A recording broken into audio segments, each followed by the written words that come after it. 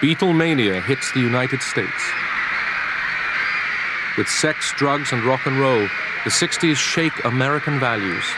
The work ethic, military duty, even family life are under attack. The Cold War continues, but for a generation, it's time to make love, not war.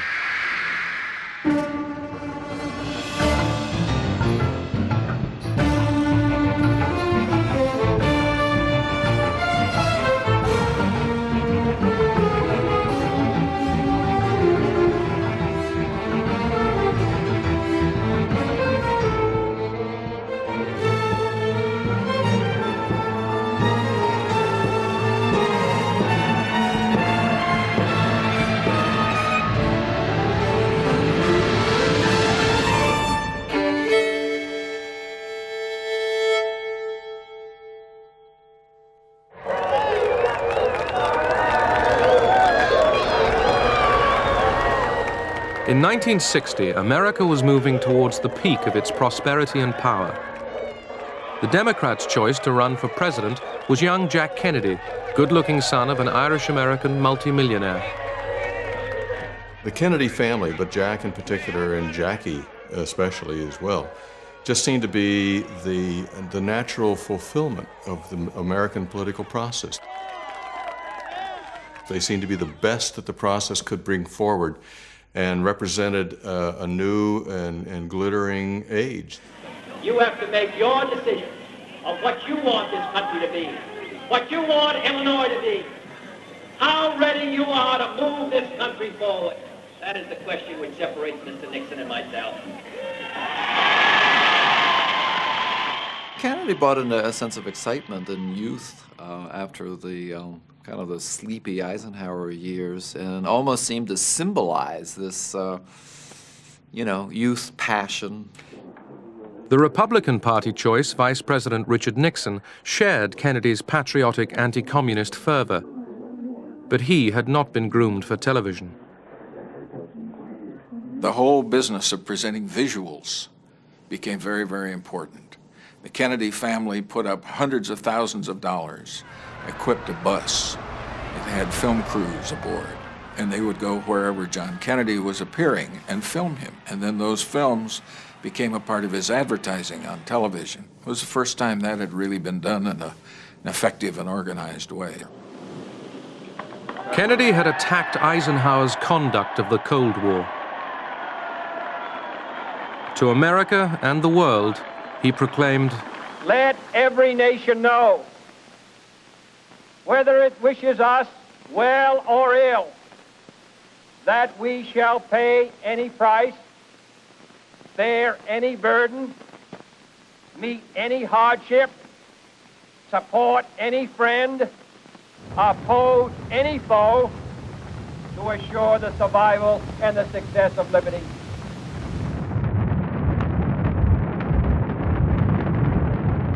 Kennedy increased the military budget. Defense contracts brought the military-industrial complex unparalleled strength and riches. It meant more jobs. The Cold War was the noblest of enterprises, and it fit right in with the need for technologists like myself and the need for the government-sponsored programs that were opposing the Soviet advances. Attitudes were interesting at that time because the defense industry and its budgets seemed to be based on the fact that the Russians were 10 feet tall.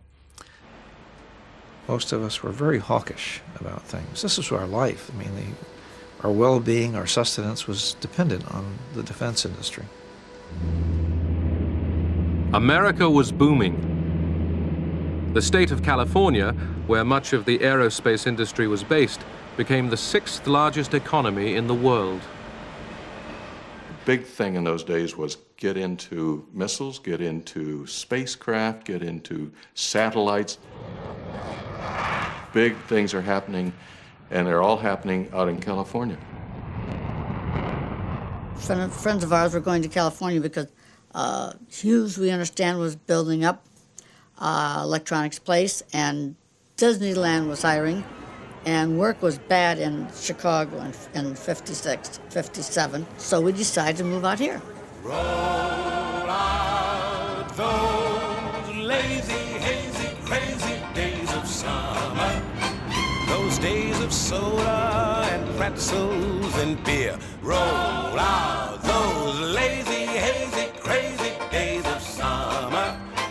You'll wish that summer could always be here. Roll out those lazy, hazy, crazy days of summer, those days of soda. Post-war settlers in California left behind the decaying cities of the East. They found suburban life in the sun affordable, idyllic. We would hang around the sales office until we saw the new plot map go up, and then we picked out the lot that we wanted. And talking with the sales agent, he told us that Sunday morning we're going to open this tract for buyers. And we said, what time are you opening Sunday morning? He told us. We went to church early that day. By 8 o'clock, whenever he opened his doors, we were first in line. And for $200 cash check written, why, we were in the place. We paid $10,999, which you tell somebody back to Chicago and that, and they think it was you were buying a barn, you know. And it was nice. It was 3 bedrooms, 1 bath, and we increased. We had to we put a block wall fence. We put a patio out there, and we put in the corner of our backyard, we put like the desert, we put a little cactus and stuff so we remind we're living in California.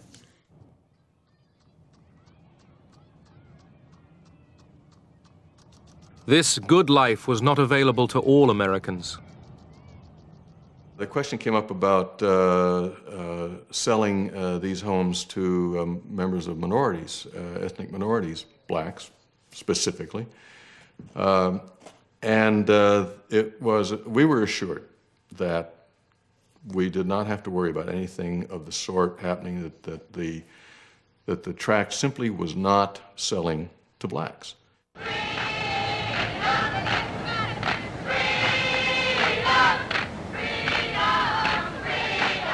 The Constitution and the Bill of Rights had not removed the wedges of prejudice that were driven through American society.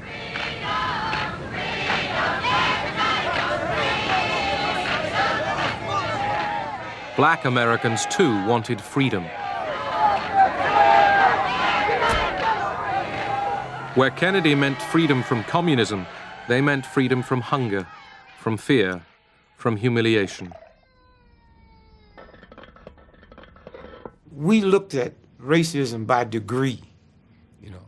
So if you lived in St. Louis, you say, well, it could have been worse. You could be in Mississippi. You know, if you lived in Mississippi, you say, well, we lucky they didn't kill us all. That type of piece. And so consequently, and if a black person rose up and fought back, they say he crazy nigga. Even black folks say he crazy. Now somebody had to say, hey, it's all right when something is wrong to say it's wrong. And in a democracy, if something's wrong and you say it's wrong, you can gather to petition your government to tell them it's wrong. And you know what? If you do, they might do something about it. That's essentially what the Civil Rights Movement was about. You better keep your eyes on that prize. Hold on, hold on. In many southern states, laws prevented blacks and whites traveling together, eating together, even going to the same school. So keep your eyes on that prize. Hold on, hold on. Black Americans were denied jobs and the right to vote. Civil rights activists demonstrating against unjust laws were careful not to provoke the police by any display of aggression.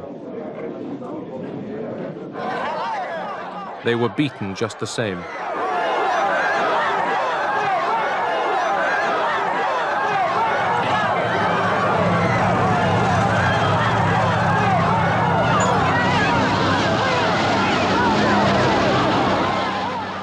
It wasn't the first time armed whites had assaulted unarmed blacks, but now television was watching. Discrimination against blacks damaged America's credibility as freedom's champion in the Cold War. Kennedy was being urged by his brother, Attorney General Bobby Kennedy, to back the civil rights movement. Aware that he needed the votes of white Southerners, Kennedy found it difficult to commit himself.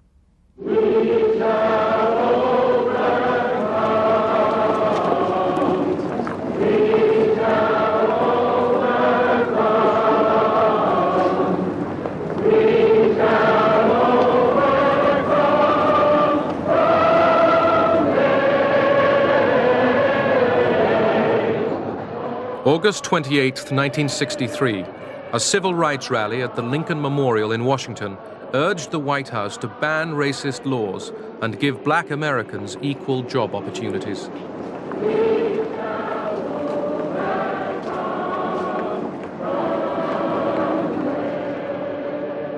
A 250,000 people showed up to listen to a 34-year-old Southern Baptist minister. Let freedom ring, and if America is to be a great nation, this must become true. And so let freedom ring. When we let it ring from every village and every hamlet, from every state and every city, we will be able to speed up that day when all of God's children, black men and white men, Jews and Gentiles, Protestants and Catholics, will be able to join hands and sing in the words of the old Negro spiritual, free at last, thank God Almighty, we are free at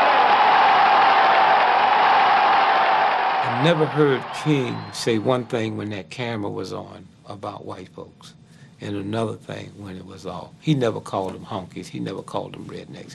He always had the same love. Now I'm talking about when just he and I in a room talking, I'm cussing and calling him everything I can think of and blah, blah, blah.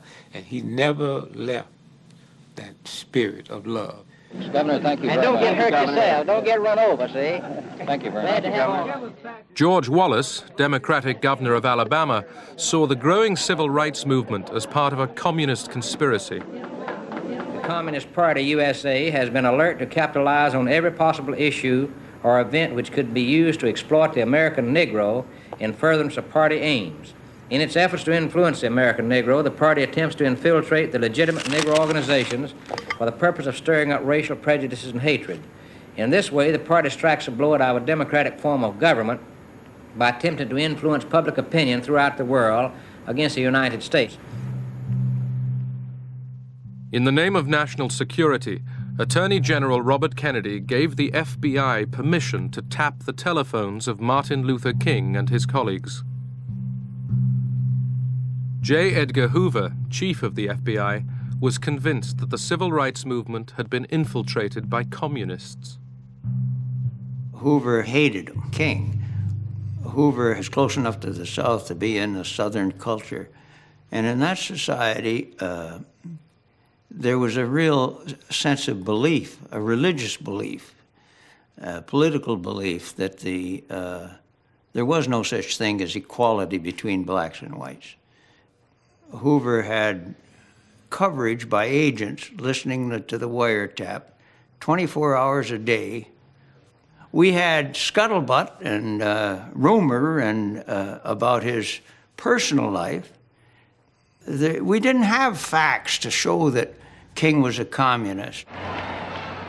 In the build-up to the 1964 election campaign, President Kennedy took his wife on a ceremonial visit to Dallas. There, he met his death.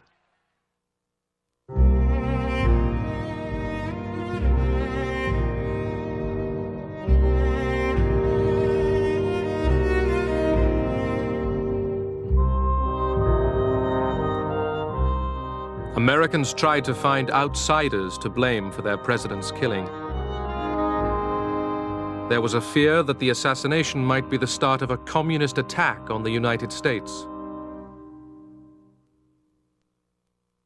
This is a sad time for all people.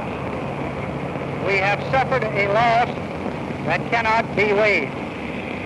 For me, it is a deep personal tragedy. On the very night Johnson became president, when we flew back from Dallas on November 22nd, 1963, I was one of 3 people who sat with him in his bedroom. And that night, I learned he had sketched out the Great Society of what he wanted to do. As he said, now that I got the power, I aim to use it.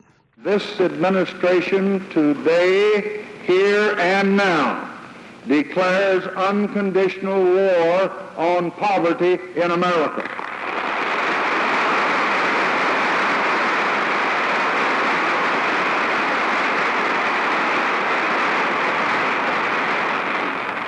And I urge this Congress and all Americans to join with me in that effort.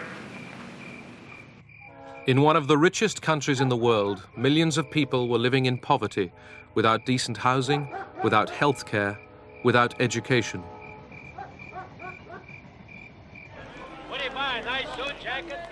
Amongst blacks, unemployment was 9 times that of whites. Central to Johnson's vision of the Great Society was the abolition of racial discrimination. In July 1964, Johnson signed the Civil Rights Bill. He uses nearly 100 pens to affix his signature and date. Souvenirs go to Republican leader Everett Dirksen and Democratic whip Hubert Humphrey. The president seems to have mastered the art of just touching each pen to the paper.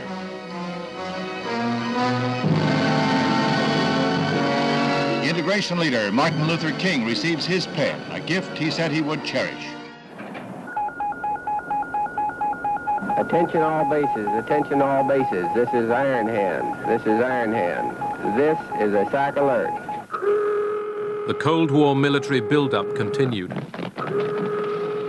The United States remained on high alert against a Soviet nuclear attack. It prepared to counterattack on an unimaginable scale.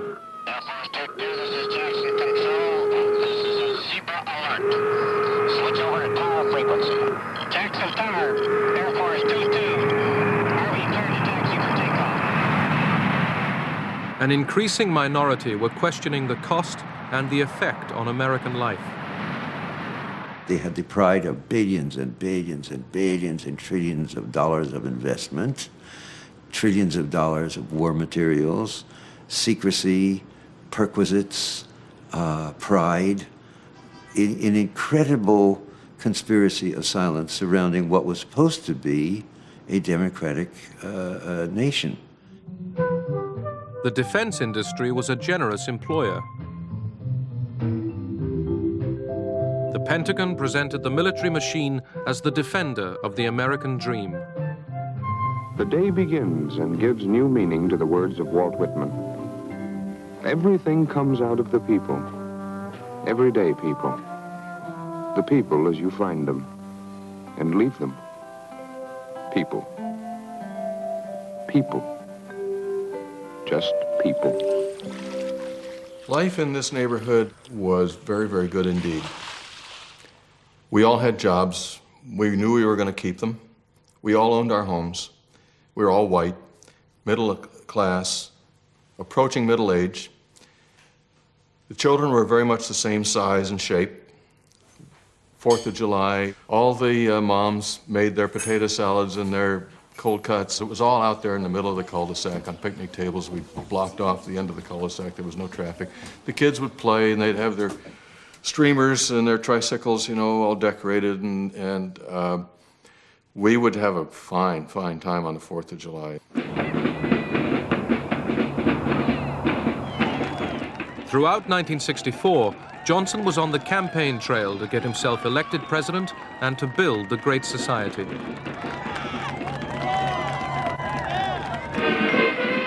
His Republican opponent was Senator Barry Goldwater of Arizona. He voted against the Civil Rights Bill. Goldwater promised to get tough with the Soviets. He denounced Johnson's Great Society as creeping socialism. The message of our campaign is clear. It's this: stop the spread of socialism at home and communism abroad. The American people needed more convincing. Goldwater was heavily defeated. On the Berkeley campus of the University of California, dissent flourished.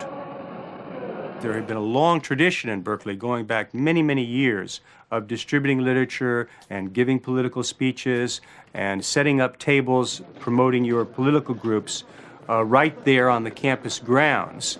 An edict came down which said that all of that must stop.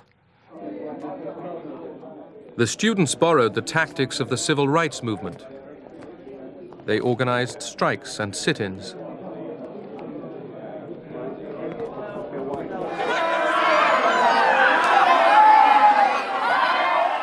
In the confrontation with the students, the police became increasingly heavy-handed. The press and the public had little sympathy. Some of the press said that 49% of us were communists, and so you saw people wearing buttons saying, I'm part of the 49%, which was a big deal. You see, this is a very important turning point because I was terrified of being called a communist. Absolutely terrified. I was going to be a public school teacher. This could end my career. To put that button on, to sing songs that we made up, like there are 5,000 students in the plaza. The microphone's loud, it's drawing a crowd. I'm sure that the rules say it's just not allowed. But to sing that, it would stick in my throat because it was terrifying to be thought of as a communist.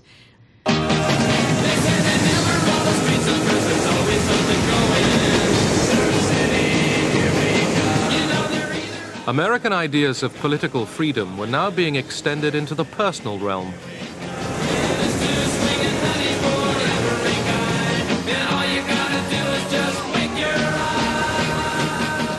The pursuit of happiness seemed incomplete without the exercise of sexual freedoms. The free enterprise system richly rewarded the adroit merchandising of sexual fantasy. Good evening. My name is Vera. Good evening. And I'm going to be your bunny tonight. Philosophy that I've always, that I grew up with and that I espoused in the editorial series was really personal freedom, political freedom, economic freedom, with the emphasis on the personal. The notion that we indeed did and do own our own minds and bodies, and that anything from church or state that limits that is inappropriate and inconsistent with the pluralistic society that America is supposed to be. People were saying that there was nothing automatically wrong about having sex before marriage. The birth control pill was available to students at the Student Health Service, and most of the women I know were availing themselves of it. We agreed with the men that premarital sex was not an evil thing for which you would die in eternal damnation. On the other hand, there were an awful lot of love 'em and leave 'em guys. So what exactly were the rules of this game? This was a tough time for women. American men were still marching off to war. In March 1965, President Johnson began sending ground troops to Vietnam. Inside the Army base at Oakland, California, a scene reminiscent of the recent past. The years of the Korean and World War II campaigns is reenacted by yet another generation of young Americans. I looked on Vietnam initially as the country is potentially at risk. Here's another opportunity to demonstrate strength to the communist world, as it were. Our skills, scientific, technical, manufacturing, whatever it might be. What a wonderful opportunity. Kennedy's famous inaugural address, in which he said, "Ask not what your country can do for you, but what you can do for your country," was really the rallying cry for my generation, or at least a part of my generation. We were the new Romans who faced the barbarians in the frontiers of the new Rome. I joined the Marines out of that sense of patriotism, and once we were sent to Vietnam, this was all considered to be right and fitting. This is what we were supposed to do. Silver wings upon their chest. These are men, America's best. 100 men. Despite the extension of the military draft, Johnson's war in Vietnam enjoyed popular support.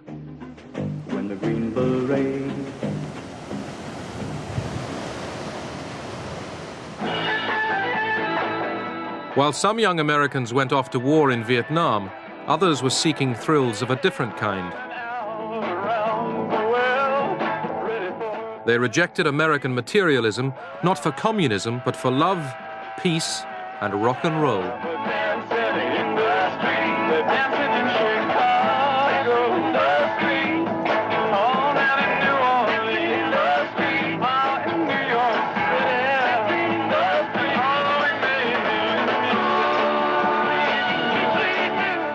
All over the country, young men of draft age turned on, tuned in, and dropped out.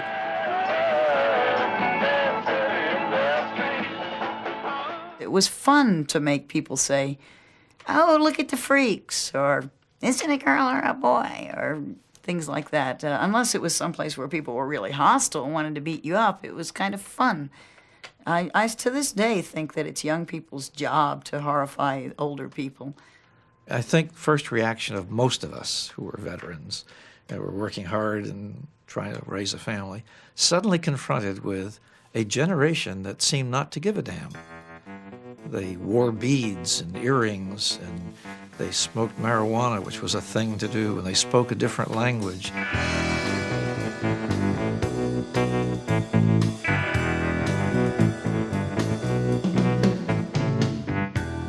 These young Americans rejected the work ethic and monogamy for spontaneity, sensuality, and psychedelic drugs. There was the cosmic consciousness, there was being God, there was understanding it all now, and I became, in short order, pretty impatient with the rest of the world. They're still having wars, they're doing stupid things. Mostly, the flower children did their own thing. The police, obliged to play the heavy father, were often totally at a loss. I really did think the revolution was going to happen. Not necessarily guns and blood. If pressed, I might have had a hard time saying just what I thought was going to happen. The one thing I was fond of saying was there are more of us being born and more of them dying all the time. And I really thought that all we had to do was show them. And once people realized, oh yeah, this is a better way to live, love is much better than war. The vast majority of Americans spurned youth counterculture. Hollywood film star Ronald Reagan was out to become Republican governor of California. Feels very good. Reagan urged a massive effort to win the war in Vietnam. I have always felt that we should be making an all-out effort to win. Does that imply you don't think the government is? Well, I think for quite some time, and I still believe, I have agreed with those military men and those who have suggested that perhaps more of a blockade with regard to North Vietnam, the blocking of the harbor and so forth to stop the shipments of munitions in, as well as trying to intercept them on their way south, would be more effective. More bombing? Yes. But protest against the war was growing. There were marches and draft card burnings. The war, these Americans argued, was immoral and unjust. It felt like we were walking around in a large mass hallucination, sustained by all the politicians, particularly Lyndon Johnson and later by Nixon extremely, based on lies and secrecy, sustained by the media, who were not able to, who couldn't conceive that the whole structure of the United States mentality could be so wrong and so disastrous and so earth-destroying. I had the opportunity to travel to Vietnam and see firsthand some of the things that were going on, and I studied and read quite a bit about it. I became quite convinced that there just was no basis to be there, and that in time that we could bring the whole country, you know, to that point of view. At the Oakland Draft Induction Center, Berkeley students organized a blockade, trying to prevent conscripts registering for military service.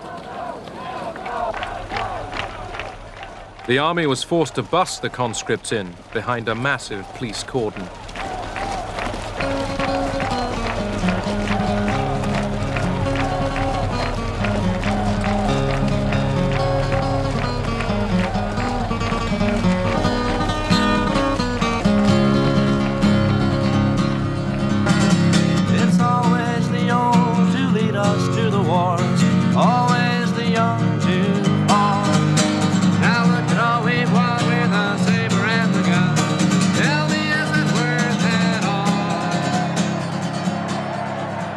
I do remember the first time I was maced. That wasn't particularly fun. It was very typical for the police lines there, and the student line is here, and there's sort of this, ritualized back and forth. Well, we're going through this ritualized back and forth, and this guy takes out this can and sprays it in your face, and you're blinded. You feel blinded. You're temporarily blinded, and you don't know what the hell is. And of course, it never happened before, so if you're temporarily blinded, you don't know. It doesn't come with the word temporary in front of it. You don't know what the hell's happened. Call it peace or call it treason, call it love or call it reason, but I ain't marching anymore. I ain't marching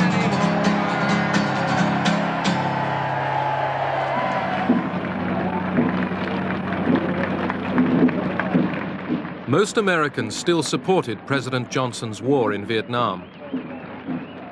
Some saw the anti-war protesters as little more than traitors. 99% of the people in this country are terrific Americans and disagree entirely with flag burnings, carrying enemy colors, giving medical supplies to the enemy, etc. Many could not understand why Johnson did not use more of America's massive firepower to end the war. But Johnson did not want to risk a wider conflict. Johnson's sole motivation was to try, as we say in Texas, to haul ass out of that war. Get out of there. He didn't know how to do it. He could not just unilaterally retreat and take the soldiers out. Then every right-wing enemy would have said, you coward, you poltroon, you disgrace the American nation. And you instead spat on its flag because you put your tail between your legs and you ran. Johnson's war dragged on. By the end of 1967, there were 500,000 American soldiers in Vietnam.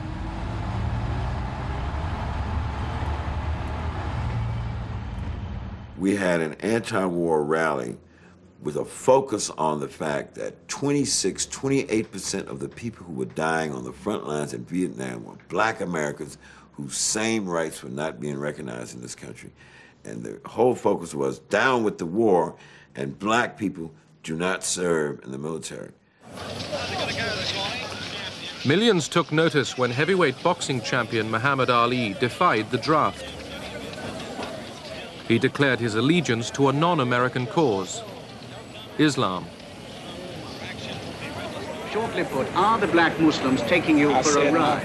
I said not black Muslims, Muslims. I beg your pardon, are the Muslims taking you for a ride? No, the white people have been taking us for a ride for the past 400 years in America.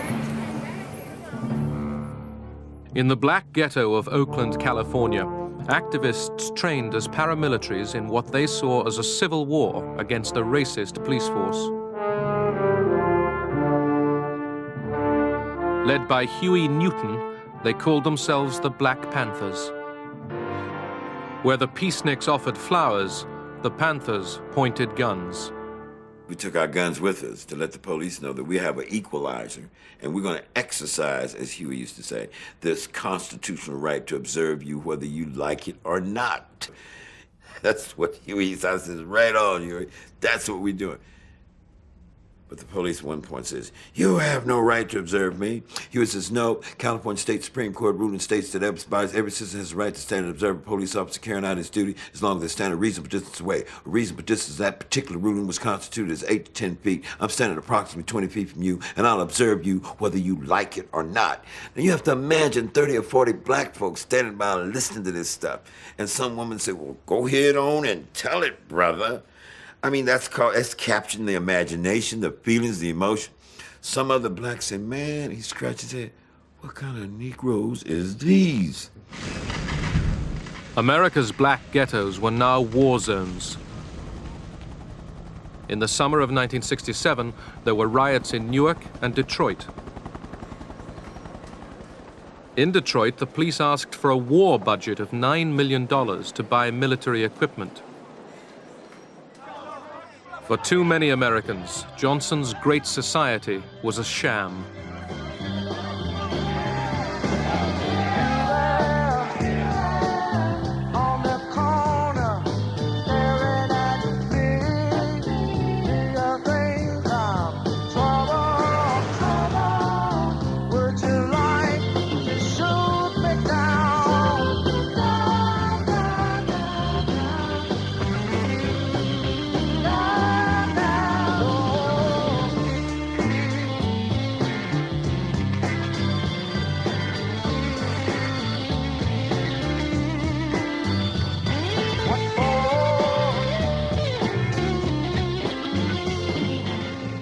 In March 1968, as the war in Vietnam and conflict at home continued, Johnson threw in the towel.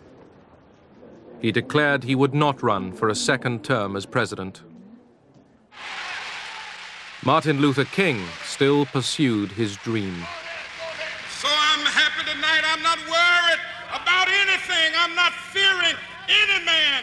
Mine eyes have seen the glory of the coming of the Lord. The following night, Martin Luther King was killed by a white gunman.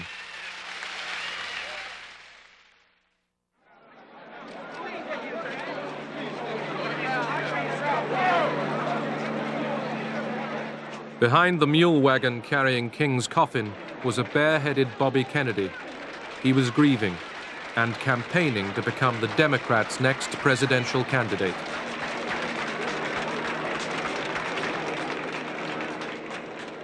The country wants to move in a different direction. We want to deal with our own problems within our own country, and we want peace in Vietnam. Bobby Kennedy won the California primary. His rival, fellow Democrat Eugene McCarthy, was also for peace. McCarthy supporters watching television saw another Kennedy killed by an assassin's bullet. If you do not leave the room, we cannot get medical aid to the senator. Now, would you please stand and cause confusion? What? Kennedy has been shot. Somebody stop Robert Kennedy. I found my wife Terry on the sofa, weeping at dawn, you know, because I realized she wasn't in bed. Where is she? I went out looking. She's on the sofa, she's weeping.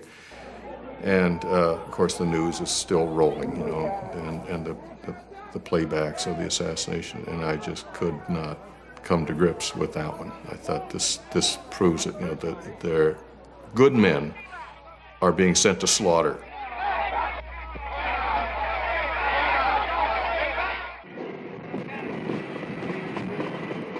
August 1968, Democratic Party delegates arrive in Chicago for the convention to choose their candidate for the presidential elections in November. The burning issue was the war in Vietnam. Vice President Hubert Humphrey was confident he would win the nomination. He supported Johnson's dream of a great society and, in public, the war in Vietnam.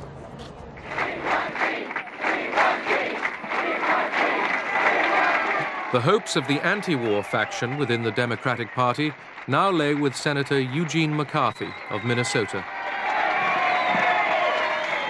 When I moved into my headquarters in the hotel, I had Secret Service. They were very honest people, and they said, look, this room is not bugged. You can say anything here, but don't talk on the telephone because you've been tapped. We know you're tapped.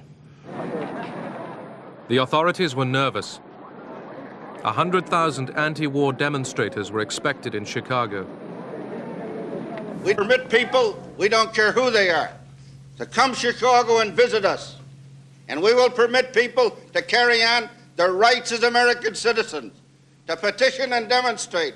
But there's no person, any place, anywhere, or any thousands of them that will come to Chicago and take over our streets, our convention, or our city. The present-day politicians and their armies of automatons have selfishly robbed us of our birthright.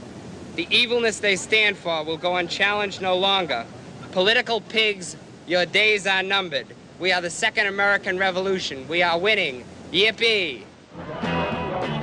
The demonstrators gathered in the city's parks in preparation for a march on the convention hall.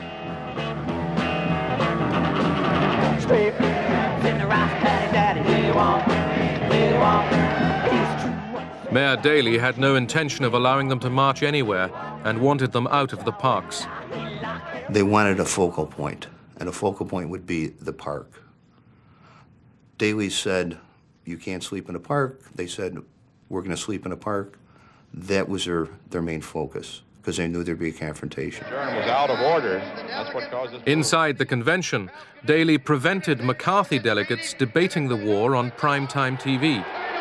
He's pretty upset because They're here as guests of the Democratic Party, and let them conduct themselves accordingly or clear the gallery. Will the convention be, will the sergeant at arms enforce order in the convention? On the day the Democratic Party was due to nominate its presidential candidate, anti-war protesters battled it out with police.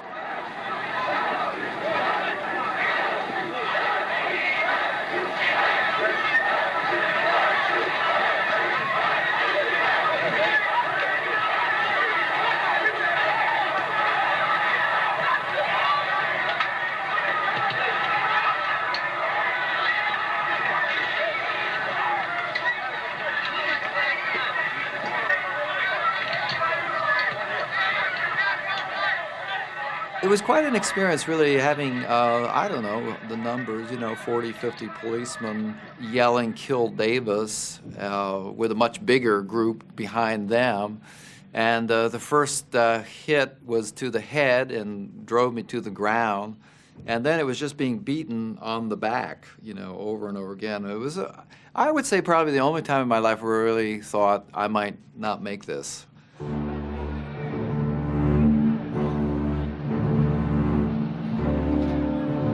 As the Democratic Party convention lined up behind Humphrey, the peaceniks made one last attempt to march on the convention hall.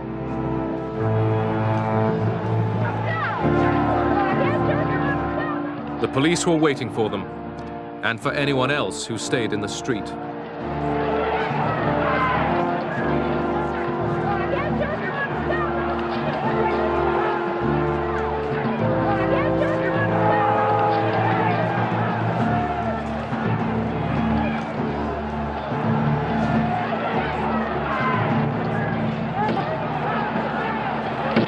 The majority of people supported the Chicago Police and Convention. I think there was a poll afterwards with about 78% of the people in the U.S. supported the Chicago Police. At the convention, McCarthy supporters were overwhelmed. Vice President Hubert Humphrey became the Democrats' candidate for the presidential elections in November.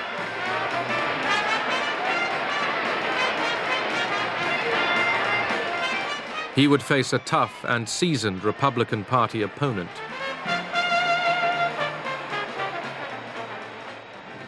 When the strongest nation in the world can be tied down for 4 years in a war in Vietnam with no end in sight, when the richest nation in the world can't manage its own economy, when the nation with the greatest tradition of the rule of law is plagued by unprecedented lawlessness, when a nation has been known for a century for equality of opportunity is torn by unprecedented racial violence, and when the President of the United States cannot travel abroad or to any major city at home without fear of a hostile demonstration, then it's time for new leadership for the United States of America. He was saying, I'm tougher, I'm smarter, I understand the world better. My opponents are divided. They've been taken over by the fringe elements of the Democratic Party, and a bunch of loonies are in charge. We're stable. We have a sense of direction. You know where we stand on things. You can confide in us. And we won't let the Russians or the Chinese push us around.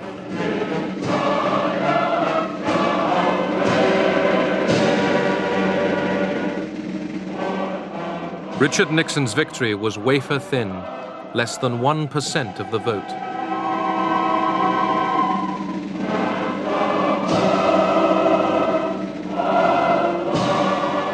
The Cold War and the war in Vietnam would continue.